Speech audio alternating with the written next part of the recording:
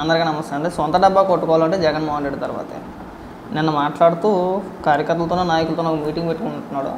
నిన్న మాట్లాడుతూ ఏమని మాట్లాడతాడంటే జగనే ఉంటే ఈ పాటికి అమ్మఒడి ఇచ్చేసిందును, జగనే ఉంటే కనుక రైతు భరోసా ఇచ్చేద్దును, జగనే ఉంటే కనుక విద్యాదీవులు ఇచ్చేసింది ఈ పాటికి, ఇంకా చాలా మాటలు మాట్లాడు. ఒకసారి మచ్చుకు కొన్ని మాటలు వినిపిస్తా చూడండి. కానీ మళ్ళీ ఏమైంది, మళ్ళీ చంద్రబాబు నాయుడు పాలన వచ్చింది, మళ్ళీ ఇదే చూస్తూ ఉన్నాం.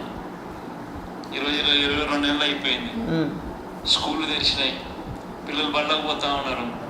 కనీసం జగనే ఉంటే కనీసం అమ్మఒడి కింద 15,000 ఈ పాటికి జగన్ ఉంటే వేసి ఉండేవాడు.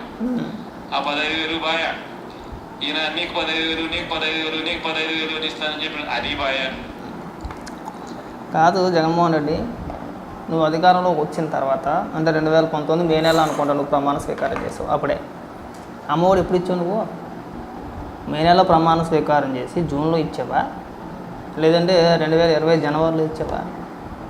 నువ్వు సంక్షేమ పథకాలు అమలు చేయడానికి ఎంత సమయం తీసుకున్నావు? మాట్లాడితే ఏమండి ఎలా కొడుతున్నాడంటే జగనే ఉండుంటే ఈ పార్టీకి అన్ని పథకాలు ఇచ్చేసి ఉండు అని ప్రజలు అనుకుంటున్నారు అంటున్నాడు. ప్రజలు ఎవ్వరు అనుకోవట్లేదన్న. ప్రజలు ఎవరు కూడా పథకాల గురించి ఆలోచించట్లా. నువ్వు ఎంత రాష్ట్రాన్ని నువ్వు ఎంత నాశనం చేసావో ప్రజలకు ఒక ఐడియా ఉంది. అందుకే కదా నీకు 11 ఇచ్చి మూలన కూర్చోబెట్టింది. ఇంకా నువ్వు ఆ ఓటమికి తగ్గ కారణాలు చూసుకోకుండా నేను ఉంటే అమ్మఒడి ఇచ్చేద్దును, నేను ఉంటే ఇదే చేద్దును, ఈ మాటలు మాట్లాడితేనే లోకు అయిపోయింది. నేను చూస్తూ ఉంటే ఒక కమెడియన్ చూసినట్టు ఉంది. నువ్వు ముఖ్యమంత్రికి ఎలా చేసావు మాకు తెలియట్లేదు, కానీ నీ మాటలు వింటూ ఉంటే మాకు అదే అర్థమవుతుంది. గతంలో మనం ఇచ్చిన హామీలు ఏవైనా మాట్లాడితే నాకు సెక్యూరిటీ తీసేయడం అంటాడు. అక్కడ కూడా అదే ఏడుపు. ముందు అసెంబ్లీకి వెళ్ళడానికి సెక్యూరిటీ ఎందుకు నాకు అర్థం కావట్లా.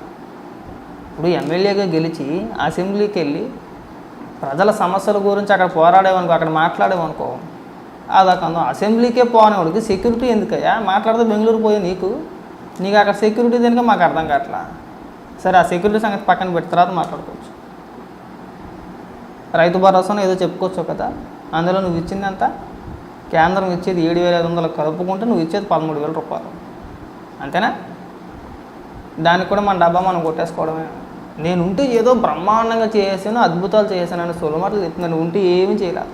నువ్వు అధికారంలో ఉండి ఏం చేసావంటే ప్రాంతానికి ఒక రాజభవనం కట్టుకున్నావు. తాడేపల్లి కొంప, ఉదాహరణకి తాడేపల్లి కొంప, వైజాగ్ రుషికొండ ప్యాలెస్. మళ్ళీ అధికారంలోకి వచ్చి ఉంటే కనుక అలాంటి ప్యాలెస్లు ఒక 10-20 కట్టుకుంది. జిల్లాల వారీగా జిల్లాకు ఒకటి చొప్పున పెద్ద పెద్ద భవనాలు కట్టేద్దు. ఇది ప్రజల సొమ్ముతో. అంతకుమించి నువ్వు చేసేది ఏం లేదు. మాట్లాడితే నేను పథకాలు ఇచ్చేసాను, అవి కూడా అప్పు చేసాక ఇచ్చింది. సంపద సృష్టించావా అంటే లేదు.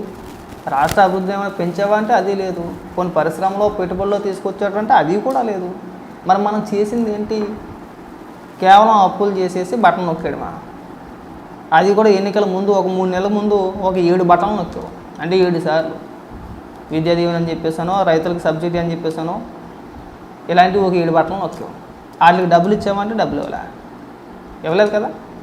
14,000 కోట్ల రూపాయలు ప్రజలకు పంగనామం పెట్టేశావు కదా. ఎప్పుడు లెటర్ రాసావు నువ్వు? ఇంకా పోలింగ్ 3 రోజుల ముందు అనగా అప్పుడు లెటర్ రాస్తారు ఎన్నికల సంఘానికి, మీరు మాకు పర్మిషన్ ఇవ్వండి, మేము డబ్బులు పంచేస్తాం. నువ్వు ఇచ్చిన హామీలు, నువ్వు ప్రవేశపెట్టిన పథకాలే సక్రమంగా అమలుపరచలేదు కదా. అన్నీ సగమే కదా. 2019 ఎన్నికల ప్రచారంలో నువ్వు, భారతిరెడ్డి గారు, మరికొంత మీ వైసీపీ నాయకులు చేసిన ప్రచారం ఏంటి? ఇంట్లో ఎంతమంది పిల్లలు ఉంటే అంతమందికి ఒక్కొక్కరికి 15,000 రూపాయలు చొప్పున వేస్తా అన్నారు కదా.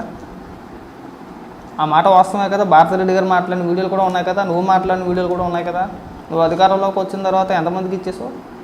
ఒక్కరికి. పైగా దానికి కటింగ్లని అది ఇది అని చెప్పేసి మళ్ళీ ఒక 2,000 రూపాయలు కటింగే వేసింది. ఎంత? 13,000 రూపాయలు. ఎన్ని సంవత్సరాలు వేసావు? ఇగో ఇలాంటి అబద్ధాలు మాని ఎందుకు ఓడిపోయావో దానిపైన ఒక సమీక్ష జరుపుకో. ఒకవేళ నిజంగా పథకాలు నేను పనిచేశాను కదా, నేను ఎందుకు రాలేదు, ఇంకా నువ్వు అదే ఇందులో ఉంటే కనుక నువ్వు ఎప్పటికీ మరి నీ పార్టీ బంగాళాఖాతాలు కలిసిపోవడమే. పథకాలు కాదు, మనకి అభివృద్ధి ముఖ్యం. చదువుకున్న యువతకి ఉపాధి అవకాశాలు కల్పించాలి. ఉపాధి కల్పించాల్సిన బాధ్యత ప్రభుత్వం అంతే. దాని గురించి ఎప్పుడు మాట్లాడరు కాదు. మీరు బాగా గమనించండి, జగన్మోహన్ రెడ్డి ఎప్పుడు మాట్లాడినా పథకాల గురించి మాట్లాడతాడు తప్పితే ఇదిగో నేను పలానా పరిశ్రమ తీసుకొచ్చాను, ఈయన 100 కోట్ల రూపాయలు పెట్టుబడి, దానివల్ల కొన్ని వందల మంది యువతకి ఉద్యోగాలు వచ్చినాయి, వాళ్ళ కుటుంబాలు బాగుపడ్డాయి, వాళ్ళకు ఉపాధి దొరికింది, నెలల ఇంత సంపాదించుకుంటున్నారు అని ఎప్పుడైనా మాట్లాడా చూసారా? ఎప్పుడైనా మాట్లాడడం చూసారా? మాట్లాడలేదు. ఎందుకంటే ఈయన గారి హయాంలో ఒక్క పరిశ్రమ అంటే ఒక్కటి కూడా రాలా, తీసుకొచ్చే ప్రయత్నం కూడా చేయలే. లాస్ట్ 2 ఏళ్ళు మనం చూసాం, మా కోడిగుడ్డు అమర్నాథ్ని పెట్టాడు ఐటీ మంత్రి కింద. ఆయన ఏం చేశాడో మనం బాగా చూసాం. పెట్టుబడుల సదస్సుకి దావోస్ ఎందుకు వెళ్ళదా సలహేస్తున్నాడు. పక్క రాష్ట్రాల మంత్రులు వెళ్ళారు, అన్ని రాష్ట్రాల నుంచి ఆయా శాఖలకు సంబంధించి మంత్రులు అక్కడికి వెళ్తే నువ్వు ఎందుకు వెళ్ళలేదా అంటే నాకు సలహేస్తుంది, దావోస్ సెలెక్ట్ ఉంటుంది, అక్కడ మేము వెళ్ళలేమన్నాడు. సరే, అది అయిపోయింది. విశాఖపట్నంలో పెట్టుబడుల సదస్సు అని చెప్పేసి పెట్టేశారు. ఏకంగా 13 లక్షల కోట్ల రూపాయలు పెట్టుబడులు అన్నారు. కొన్ని పరిశ్రమలతో మేము ఏకంగా ఎంఓఏలు కూడా కుదుర్చేసుకున్నాం అన్నారు. వాటి సంగతి ఏంటంటే అధికారంలో దిగిపోయేంత వరకు కూడా మళ్ళీ ప్రస్తావిస్తే ఒట్టు. ఆ విశాఖపట్నంలో జరిగిన పెట్టుబడుల సదస్సు గురించి మళ్ళీ ప్రస్తావిస్తే ఒట్టు. మళ్ళీ మాట్లాడలేదు కదా. ఇదిగో మన జరిగింది, విశాఖపట్నంలో ఇది జరిగింది, 13 లక్షల కోట్ల రూపాయలు పెట్టుబడులు వచ్చినాయని చెప్పేసి అని అన్నాం కదా. ఇదిగో ఇన్ని పరిశ్రమలు వచ్చినాయి, వాటికి భూమి కేటాయించామనో, స్థలం కేటాయించామనో, ఎక్సెట్రా అనో, లేదంటే నిర్మాణ దశల్లో ఉన్నాయనో ఎలక్షన్ అయిపోయేంత వరకు ఎప్పుడైనా మాట్లాడేవా? మీరు ఎన్నికల ప్రచారంలో కూడా ఏమైనా ప్రచారం చేశారు? యువత గురించి మాట్లాడాలా. చదువుకున్న యువత ఏవైపోయినా పర్వాలేదు, నేను పథకాల ద్వారాగా సంవత్సరానికి 15,000 రూపాయలు వేస్తున్నాను అంటాడు అంతే. అదేదో నెలకేసినట్టు. అంటే నువ్వు ఇచ్చే 15,000 రూపాయలైనా జనం బతుకుతున్నారా అనే ఫీలింగ్లో ఉన్నమాట. అంటే నేను ఇచ్చే 15,000 రూపాయలు ఏదో ఒక పథకం పేరు చెప్పిన 15,000 రూపాయలు వేస్తున్నాను కదా, ఆ 15,000 రూపాయలతోనే రాష్ట్ర ప్రజలందరూ బతికేస్తున్నారు అనే ఫీలింగ్లో ఉన్నాడు. రాష్ట్ర ప్రజలకు కావాల్సింది అది కాదు. నేను మళ్ళీ చెప్తున్నా, చాలాసార్లు చెప్పా, యువతకి ఉపాధి కల్పించండి, రాష్ట్ర ప్రజలకు ఉపాధి కల్పించండి. ఏదో ఒక ప్రాంతంలో ఒక పెద్ద పరిశ్రమ వచ్చిందంటే ఆ చుట్టుపక్కల గ్రామాలు బాగుపడతాయి, చుట్టుపక్కల గ్రామాల్లో ఉన్న ప్రజలు బాగుపడతారు, ఉపాధి దొరుకుతుంది. ఏదో ఒక పని ఉన్న పని చేసుకుంటారు. చదువుకున్నవాడు కొద్ది మంచి పొజిషన్లో ఉంటాడు, చదువుకోలేడు ఏదో ఒక పని చేసుకుంటాడు. ఆ దిశగా మన ప్రయత్నాలు ఏమన్నా చేసామంటే ఆ దిశగా ప్రయత్నాలు ఏమీ జరపరా. ఇంకా పని కట్టుకొని కంకణ కట్టుకొని ఉన్న పరిశ్రమలు తరివేసాడు. అన్నా నువ్వు ఆ మెంటాలిటీ నుంచి ముందు బయటికి రా. రాష్ట్ర ప్రజలు సంవత్సరానికి 15,000 రూపాయలు ఇచ్చేస్తే బతకలేరు. వాళ్ళకి చేతి నిండా పని ఉండాలి.